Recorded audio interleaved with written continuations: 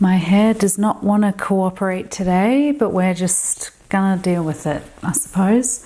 Hi, I'm Kim. Welcome to my channel. As you can see by the title, I'm going to be doing a recap of House of Wax from 1953. This is one of my favorite Vincent Price movies, so I was really excited to watch this again because I hadn't watched it in a few years, so it was great. I guess reliving some of those moments I really enjoyed the first time around. As with all of my other recap videos, this does contain spoilers. So the movie starts with a sort of tracking shot of a museum filled with wax figures, wax sculptures. Think Madame Tussauds. So there's all sorts of historical figures. There's Joan of Arc, Marie Antoinette, Cleopatra and Mark Antony.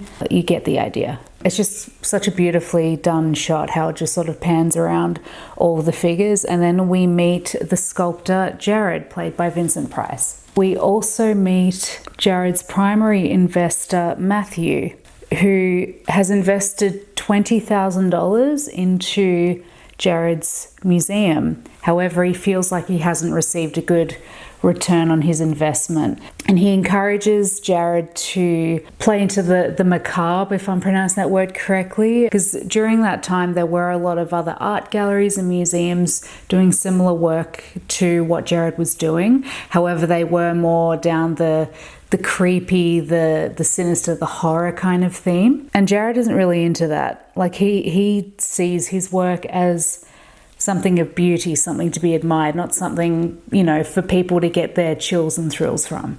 However, Jared's no dummy. He can tell that Matthew wants to be bought out. Like he can tell that Matthew doesn't want any part of this anymore. So he informs him that a friend of his is introducing him to the art critic Sydney Wallace. Jared believes that Wallace is going to enjoy his work, and he's a very wealthy man, keen to look for his next investment. He believes that Wallace will buy out Matthew. So Matthew heads upstairs as this meeting takes place, and he's sort of like half eavesdropping and everything. So Wallace is very impressed with Jared's work and looks very interested in investing. However, Wallace is actually on his way to Egypt for an investment that he's got going on there, and he's going to be gone for about 3 months. So Jared's friend and Wallace, they leave. Matthew comes back downstairs and talks to Jared, and he is not happy about waiting 3 months to get his investment back. So he suggests to Jared, well, you know what, this place is insured for $25,000. Let's set this place on fire and claim the insurance money. Jared's like, are you insane? I'm not doing that. But Matthew, being the selfish a-hole that he is, he just goes ahead and starts setting everything on fire, basically. They get into a brawl. Matthew escapes. And poor Jared, he's just looking around at his creations melting and being destroyed right in front of his eyes. My heart was actually breaking at that moment. You're just watching this artist endure all of this devastation, and it's really, he's just a very good actor. So as well as lighting the fires, Matthew had lit the gas lamps as well, or the gas lights, to trigger an explosion. Matthew escapes just before this happens. However, poor Jared was still in the building when the explosion occurred. So some time passes. We see Matthew again. He's with his girlfriend Kathy. He's explaining how he recently got the insurance money because Jared is presumed dead, even though there was no body found. Matthew got all of the money for the insurance. So Matthew heads back to his apartment where he's attacked by a man with a disfigured face. The man ends up staging Matthew's murder as a suicide by tying a rope around his neck and suspending him from the elevator shaft. The scene then changes to Kathy and her best friend / roommate Sue Ellen. Sue is helping Kathy get ready for a date, and she talks rather candidly about Matthew's suicide. Maddie, wasn't that the man you were going to marry? Yes, but he hung himself instead. Oh, Maddie was such a card. Kathy's a savage. So Sue goes out that evening as well because she has a job interview.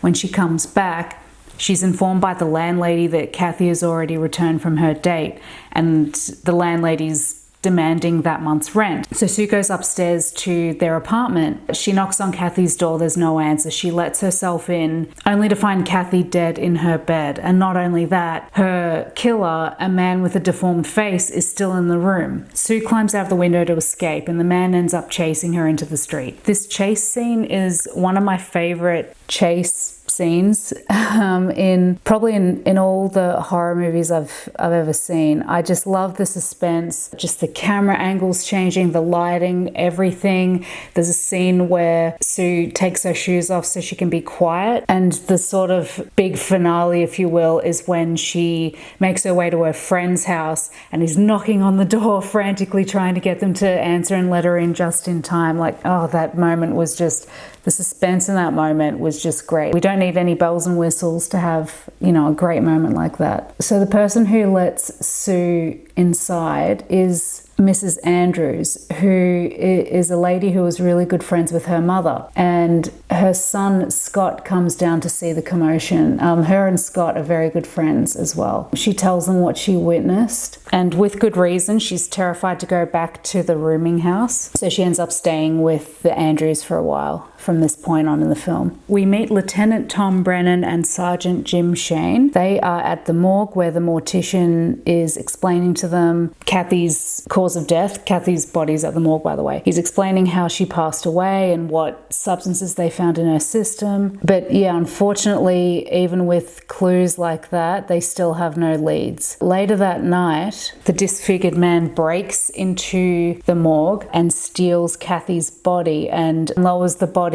down to where his two accomplices were waiting. The next day we see Wallace. He's received a letter that was signed by Jared. And like most other people, he thought that Jared was dead. So of course he goes to this address in the letter and he meets Igor, who shows him inside. Wallace sees Jared. Jared is in a wheelchair, and also he cannot sculpt anymore because his hands were so damaged from the fire. He informs Wallace that he has two assistants, Igor and Leon Averill. What he does is he's teaching them how to sculpt. So it's like it's his mind and their hands, if that makes sense. It's making the art. He's hoping that Wallace is still interested in investing, as he wants to open up the museum again. And this time he also wants to add the macabre, you know, the basically scenes of his wax figures depicting crime and punishment, you know, to satisfy the true crime aficionados in the area. I guess there were true crime fanatics even back then. I forgot to mention that this movie was released in 3D, and this next part I loved, and it would have been such a thrill to see this in the cinemas when it came out. It's opening night of the House of Wax, and they hired I think back then they were called barkers. They were people who were like, you know, step right up, ladies and gentlemen, come see the bearded woman or whatever. But they hire someone like that to, you know, encourage traffic to the House of Wax. And he's got I think it's called a paddle ball or a paddle bat. It's one of those bats with a ball attached to elastic, and he hits it towards the camera. There's a slight fourth wall break that I really enjoyed. I really wish I could do that accent. I'm gonna aim for that fella eating the popcorn. Now close your mouth now. Well, there's someone with a bag of popcorn. Close your mouth, it's the bag I'm aiming at, not your tonsils. Here she comes. Well, look at that, it's in the bag. Sue and Scott visit Jared's museum. Now, Scott is actually an aspiring sculptor himself, and he's the protege of Wallace. So Wallace introduces Sue and Scott to Jared, but just before this introduction, Sue notices the Joan of Arc statue, and she approaches it, and she notices the uncanny resemblance to Kathy. Jared explains to her that he saw Kathy's photo in the newspaper and thought that she just made the perfect Joan of Arc. Jared then tells Sue that she bears a striking resemblance to Marie Antoinette and asks if she would come and model for him sometime. Sue can't shake the feeling that something just doesn't seem right about this Joan of Arc sculpture. The fact that it looks so much like Kathy, and Kathy's body was stolen from the morgue, in Sue's eyes, it just can't be a coincidence. So she goes to the police station. She talks to Brennan and Shane about her concerns. They do think that it's a bit far-fetched what she's saying. However, they do understand the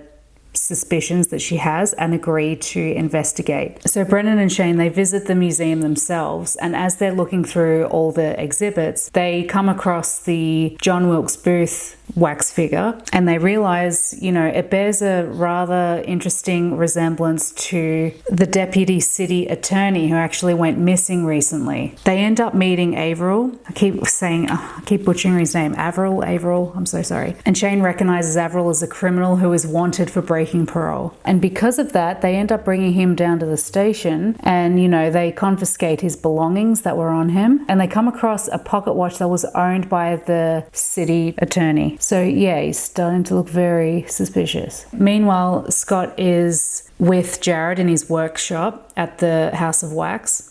He tells Jared that he's meeting up with Sue. It's getting kind of late at night at this point. So Scott tells Jared that he's meeting up with Sue. It's her birthday. He said that she's on her way here. Jared asks Scott to go to run an errand for him upon hearing this, just to get him out of the way. Sue enters the museum to look for Scott, and while she's there, she decides to investigate or get another closer look at the Joan of Arc sculpture. She examines the wig and lifts it off to reveal Kathy's blonde hair underneath. She realizes that yes, it is indeed Kathy's body just covered in wax to look like a wax sculpture. Jared witnesses this and comes over and confronts her. He stands up, and we realize that he doesn't need the wheelchair to get around. Sue hits Jared in the face, destroying a wax mask that was concealing a disfigured face underneath. And we realize that Jared is the disfigured man who's been killing people and stealing their bodies. Sue faints upon this discovery, and Jared takes her body down into the cellar in preparation to have her body covered in wax to turn her into his beloved Marie Antoinette.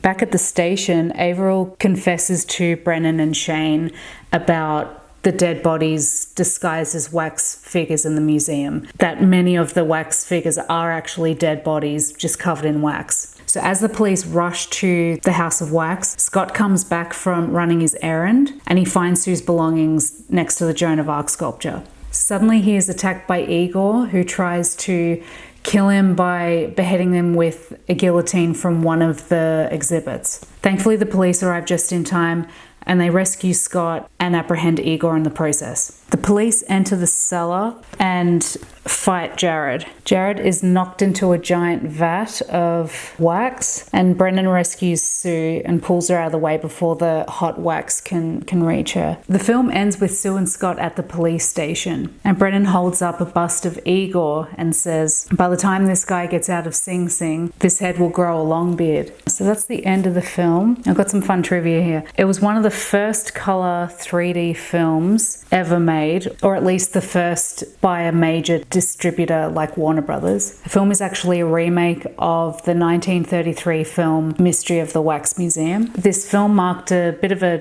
turning point for Vincent Price's career. He would go on to play often a mad scientist or just a deranged villain, things along those lines. A couple of weeks ago we talked about House on Haunted Hill. That's a great example of a deranged, eccentric man. I feel like before this movie, the only kind of sci-fi / horror themed movie he did was The Invisible Man Returns in 1940. Also, Carolyn Jones, who played Kathy, would go on to play Morticia Addams in the original Addams Family TV show in the 60s. Okay, so this was my recap of House of Wax. I really enjoyed this movie. Have you guys seen it? Do you think you will go and see it? It's absolutely fantastic. So if you like this video, please give it a like, subscribe, and I will be talking to you all again in the next video.